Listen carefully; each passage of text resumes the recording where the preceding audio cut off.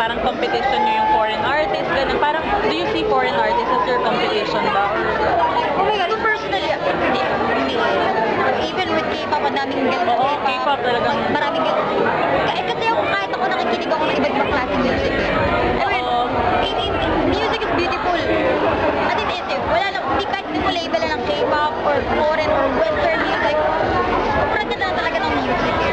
Para sa akin, it's really up to the artist kung lalabas sila ng material. And ayun eh, basically pinaka-competition mo sarili mo eh. Sa akin ganun lagi. Every time gagawa ako ng album, I want to, parang yung ginawa ko last album ko, gusto kong gumawa ng something new for my fans. Gusto kong gumawa ng something exciting, not just for Ganun ba talaga, no? ganun ako, parang hindi something na parang titignan ko yung iba na parang ay gusto ko i-upstage kita. Hindi eh.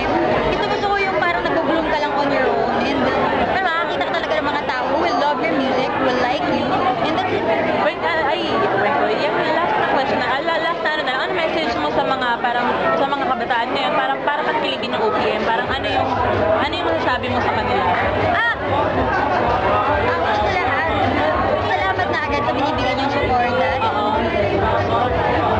Wala man akong ibang way para sabihin niyo na makinig kayo or ganyan.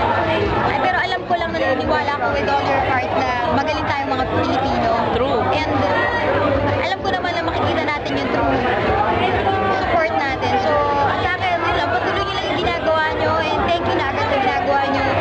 Like, yung mga gig, appreciate namin mga artists yan. And sana, ayun, lalo pa natin supportahan ng OPM. Lalo na yung mga bagong dumarating ngayon dahil nagsisimula pa lang sila. And I know how it feel na magsimula. Alam mo yun, Siyempre, nagdaan ka doon. Ako bilib ako nun kay Jairo Lim. Oo. Natuto ako sa kanya from YouTube kasi nasundan ko pa siya. Oo, talaga. Nakita ko pa siya sa YouTube. Tapos nakita ko siya nag-hit song. Parang wow, astig na yun. Ang galing. Siyempre, ikaw nagsimula ka rin naman. Hindi naman agad-agad na. Banda-banda, ganyan.